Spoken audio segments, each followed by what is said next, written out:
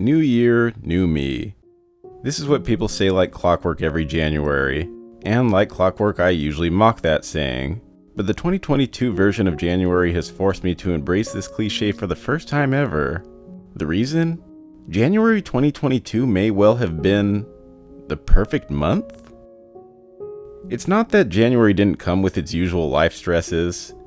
Stress is an unpreventable, natural, and necessary part of life. Stress is our mental and physiological response to an unacceptable environmental condition that instinctively compels us to act in response to that condition. So when I say perfect month, I'm claiming that the month was just about as good as it could be based on how I can reasonably expect a 4.5-week block in the life of Raymond to play out. In December, I mentioned my desire for 2022 to be a year of knocking off more San Francisco bucket list items.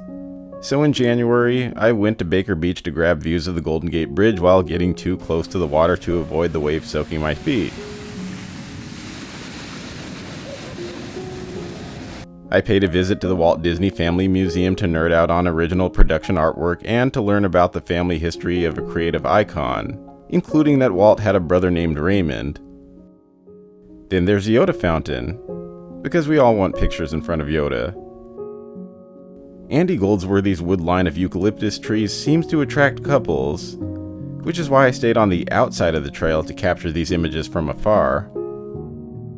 I also walked the Billionaire's Row of mansions as well as the Lion Street steps before heading to the Mrs. Doubtfire house that we know about because of this great comedian. I also visited an even more recognizable on-screen house, made famous in large part due to this great comedian. But the value of cranking out bucket list items isn't limited to the direct experiences of those activities.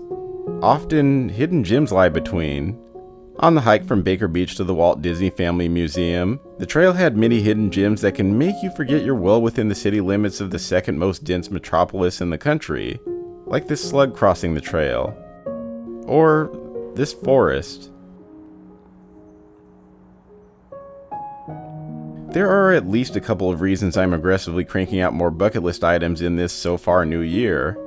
The first is guilt.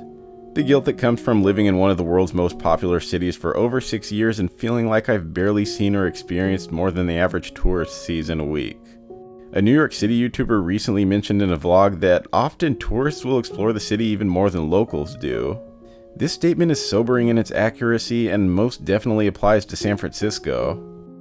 So in addition to guilt, another reason for my relentless attack on my bucket list is that I simply can. My career is in a place that looks promising, so I'm not held back by resources the way I was in the past. I'm also in great physical shape, which I want to take advantage of while it lasts because I know this level of fitness cannot be sustained forever. And another thing that will not last forever is my time in San Francisco. Despite it being my favorite city, I may one day feel compelled to seek a change.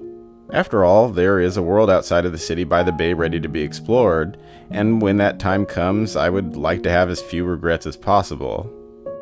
But months don't etch themselves in memory as air quote perfect without a number of pleasant surprises.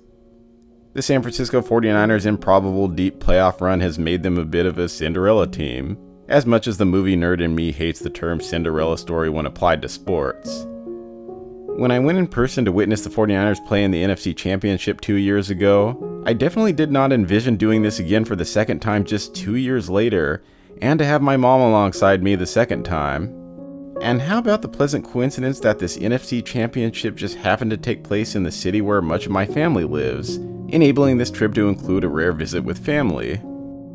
Some smaller pleasant surprises include the fact that January weather in San Francisco has basically been sunny and mild throughout the entire month, often with highs in the 60s Fahrenheit. In December, I mentioned my desire for 2022 to be a year of watching more movies, one of which is Encanto, which, continuing the theme of pleasant surprises, turned out to be surprisingly good after a setup that made me scratch my head. In December, I mentioned my desire for 2022 to be a year of reading more books, and in one of my old books I cracked open, Outfill These. This vintage $5 bill I received as change at a local pizza place at the beginning of the pandemic circa March or April 2020. And these two $2 bills I vaguely recall receiving as change at a Sacramento supermarket during my junior college days when life was much leaner. I'm hoping this month's greatest surprise means those days are far behind me, and for good.